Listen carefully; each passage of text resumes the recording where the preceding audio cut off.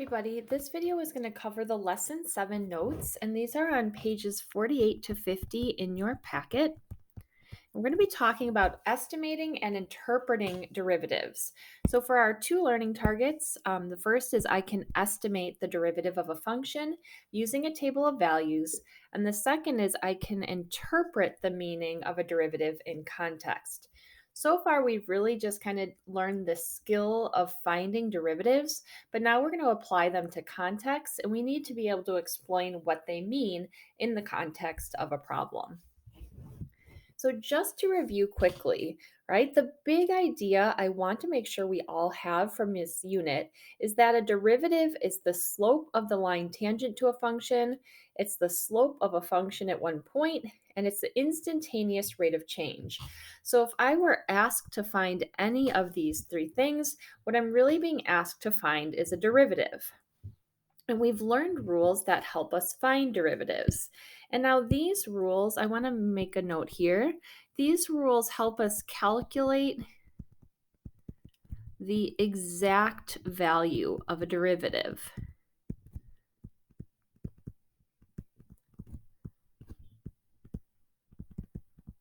So given a function, we can find the exact value of a derivative. Now, we're not going to go through all of these rules right now. We just tested on these rules, so for the purpose of this video, we don't need to cover all of the rules. But what we do need to talk about is this point at the bottom here.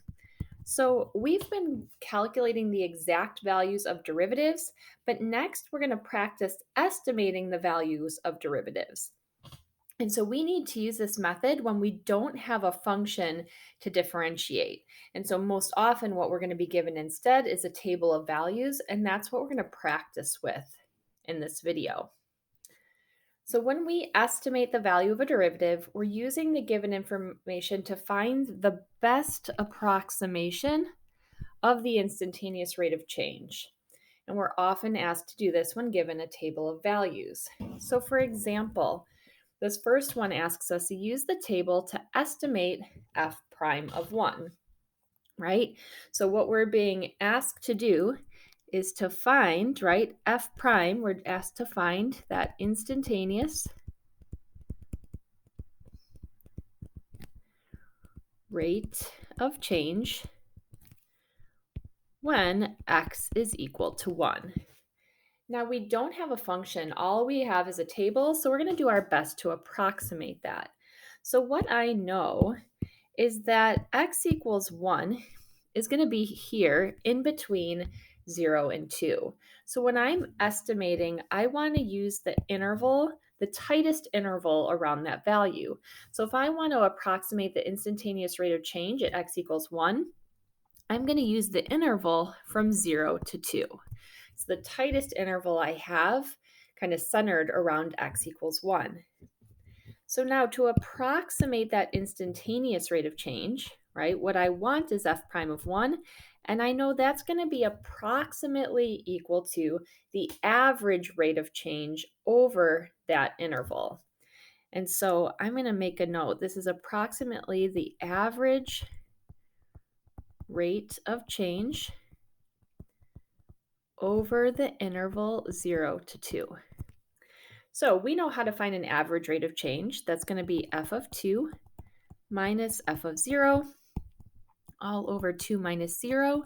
I can use my table to get the function values. F of 2 is just 4. F of 0 is 0. And so I get f prime of 1 is approximately equal to 2. And again, I'm putting approximate because I don't know the exact rate of change right at that time. All I can do is estimate it using the average rate of change. In the next example, we have the same idea here. We're using the table to estimate h prime of 1.5. So again, if I think about this 1.5, I know is going to be in between 1 and 2. And so I'm going to use that interval to estimate my derivative. So h prime of 1.5 is approximately h of 2 minus h of 1 all over 2 minus 1. Let's see, h of 2 is 4, h of 1 is 2, so it's 4 minus 2 over 1, or 2. It just happens to be 2. Now in this case, I want to point something out. Since we have units here, we're going to include those in our answer. So we want to get into the habit of using units whenever they're provided in the problem. So since we are finding a rate here, right? We know a rate is a fraction. So in my numerator, right, the units there was the height of the tree in meters. So we're going to have meters. My denominator, the units were years. So my units are going to be 2 meters per year. All right, so that's basically all we need to do to estimate derivatives using tables. Now we need to talk about how we interpret the meaning of those derivatives in the context of a problem. So when we're interpreting derivatives, there's 3 pieces that we're going to want to make sure that we have in all of our interpretations. The first piece is our noun, and we'll talk about these in detail. First is a noun. Second part is units. And then the last part, we need to specify the time. So for the noun, we always want to make sure when we're interpreting a derivative that we state it's a rate of change. So for example, we might have a rate of a change of the temperature, or in our problem above, right, we might have the rate of change of the height of the tree. But we want to specify that what we're talking about is a rate of change. For our units, we're going to divide the given units. In other words, this should be a fraction, again, because we're using a rate. So our example would be like what we had above. We had meters per year. We could have something like degrees Celsius per hour. Those are just a couple examples, but again, we're going to have a fraction because we're talking about rates here. And then for time, we always want to specify the time. So it's at time t equals, and I'm just going to say kind of generically, the input value.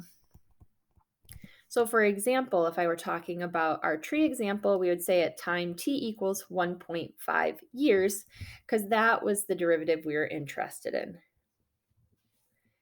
Now, a couple notes to make, and then we'll actually do some interpretations so you can see how this all comes together. If a derivative's positive, then the stuff we are measuring is increasing. And you'll see how that plays into our interpretations. And on the other hand, if a derivative is negative, then the stuff we're measuring is decreasing. So kind of with all of this in mind, we're going to take a look at a couple of problems and put it all together. So for number 1, our problem says that a pan of brownies is removed from the oven and left to cool. The temperature of the brownies is given by the differentiable function t of x, and selected values of t of x are given in the table below. So for me, right away, I know I'm talking about the temperature of the brownies. That's kind of what we're measuring here. And so that's going to be important. So now our problem says estimate t prime of 7 and show the work that leads to your answer. So let's kind of call this part A. So let's go ahead and do that. So t prime of 7, well, let's see. 7 is going to be right there in between 6 and 8. So that means that's the interval I'm going to use to do my estimation here. So it's going to be approximately t of 8 minus t of 6 all over 8 minus 6. So t of 8 is 150 minus t of 6 is 170 all over 2. So I get negative 20 over 2, or negative 10. And now I want to include my my units. So I'm going to have negative 10 degrees Celsius per minute. So that would be a complete response for part A. Now, part B, it says using correct units, interpret the meaning of your answer in the context of the problem. So let's see. We said back here, We need to talk about that this is the rate of change of what we're measuring. Well, here we're measuring the temperature of the brownies. So I know this is talking about the rate of change of the temperature. My units, we know, are degrees Celsius per minute. And the time we're talking about specifically is at time t equals 7 minutes. So here's where we're going to start off. The first thing we're going to do is just tell the reader what t prime of 7 represents. So t prime of 7 represents the rate of change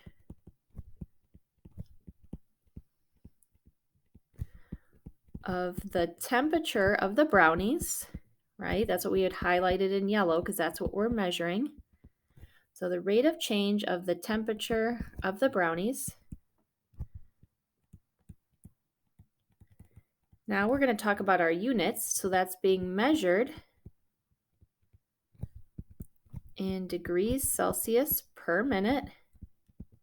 And then we're going to talk about the time. So at time t, or I should say x because that's my input value, my input variable, time x equals 7 minutes. So that's what it represents, but now we want to interpret this -10 in the context of the problem. So what we're going to say is since t prime of 7 is negative, actually we can say is -10, the temperature of the brownies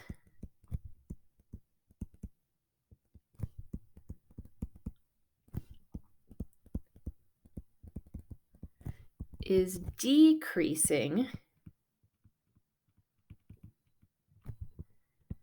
at a rate of approximately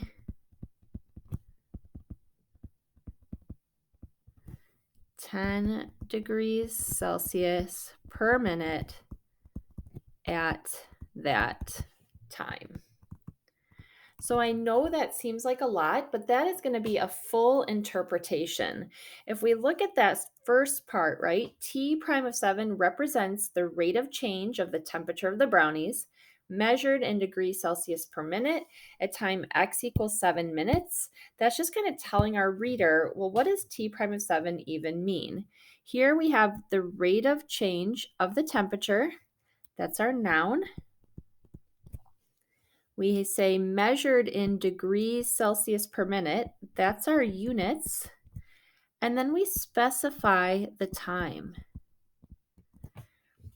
So that's kind of generically, what does the derivative represent? And then we get in and we say, well, specifically, since the derivative is equal to -10, the temperature of the brownies is decreasing at a rate of approximately 10 degrees Celsius per minute at that time. So again, since this is negative, I know my temperature is decreasing. And I like to say the reason I said it's at a rate of approximately 10 degrees Celsius per minute is because we're estimating the derivative using the table. We don't have an exact value. All right, so that is all we need to discuss for this video. In your practice, you'll have an opportunity to write a couple of these interpretations, and we'll make sure we talk about any questions that you have. All right, thanks for watching.